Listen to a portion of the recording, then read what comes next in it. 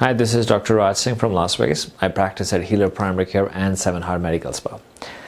Now, the link between getting a tattoo and the long-term effects on health are not widely known. This video is to discuss the possible negative effects of getting a tattoo.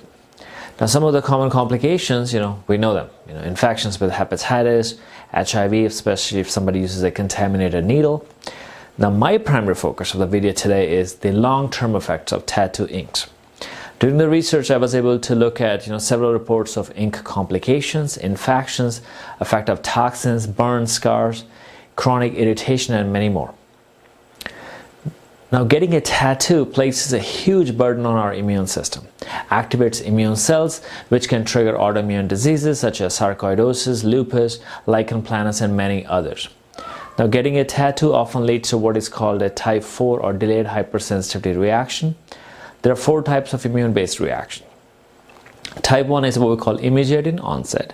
It's mediated by IgE and mast cells. Think of urticaria or allergy to penicillin. Now, type 2 would be that happens 5 to 7 days after the exposure. It's caused by antibodies mediated cell destruction. The cell destruction will lead to low platelets, anemia, low blood count. They're generally uncommon, so think of getting mismatched blood transfusion, for example. A type 3 reaction is what is delayed by several weeks. It's called by IgG and drug immune complex deposits, and also activation of complements. Rheumatoid arthritis and lupus would be some examples. Now, type 4, this is what can be initiated by getting a tattoo. It's delayed in onset by several weeks and is T-cell mediated. So we have a lot of T-cells in our skin. So that's why skin symptoms are quite common with type 4 delayed hypersensitivity reactions. Think of contact dermatitis, for example. Now, the big question is, why does getting a tattoo cause a type 4 hypersensitivity reaction? There are several reasons for this. So as you know, during the process of getting a tattoo, metal-based inks are placed under the skin. Now, while the larger ink particles, they stay in the skin, the smaller particles with a lot of impurities are drained from the skin into our lymph nodes. Now, as you see in this picture, a tattoo needle can contain nickel, chromium, in addition to steel. So as we're getting a tattoo done, a significant amount of nickel and chromium is introduced into the tissues. This is then removed by the immune cells, taken to the lymph node, where it can cause activation of T lymphocytes. Now, in addition to type 4 hypersensitivity reaction, tattoo ink can contain cancer-containing chemicals. In fact, there was an Australian government report. It found that 1 in 5 tattoo inks contained polycyclic aromatic hydrocarbons. These are a group of chemicals that are known to be carcinogens. 83% of black ink contain the majority of these toxic chemicals. Now, in addition, other chemicals were found like mercury, barium, and copper, and we know those are not good for our health. A statement by the FDA recently said that most pigments in tattoo inks are comparable to what's suitable for a printer ink or car paint. Now, I wouldn't want printer ink injected into my skin, and neither should you. Now, metal-based ink tattoos can react with MRI scans. There have been case reports where patients suffered burns while getting an MRI scan. Now, this was linked to the tattoo ink containing a large amount of iron. The other big issue is misdiagnosis. There have been reports where patients got unnecessary surgery such as lymph node removal, as the doctors thought that they had cancer spread to these lymph nodes.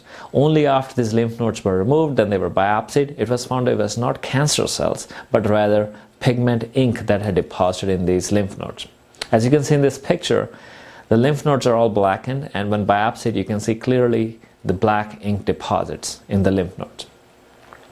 Now, more serious tattoo-induced skin disorders like sarcoidosis, lichen planus, and lupus-like reactions are reported. Now, these skin conditions can cause permanent scarring, so we have to be careful.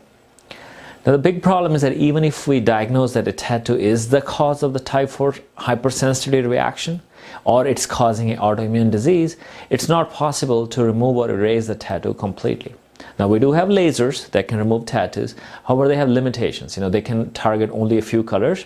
And also, all a laser is doing is breaking the tattoo ink into much smaller particles that can be drained into the lymph nodes and removed by the body's immune system. It's a slow process, can take several years for the immune system to completely remove this metal-based tattoo ink from the body. Now, in addition, when you do a laser tattoo removal, you're also accelerating the process of these pigments depositing throughout the body. What's the final word? So ideally, you should not get a tattoo. Find another way to look cool. Now, if your heart is set on getting a tattoo, I would at least recommend doing the following. So get a smaller size tattoo. Don't get a big tattoo.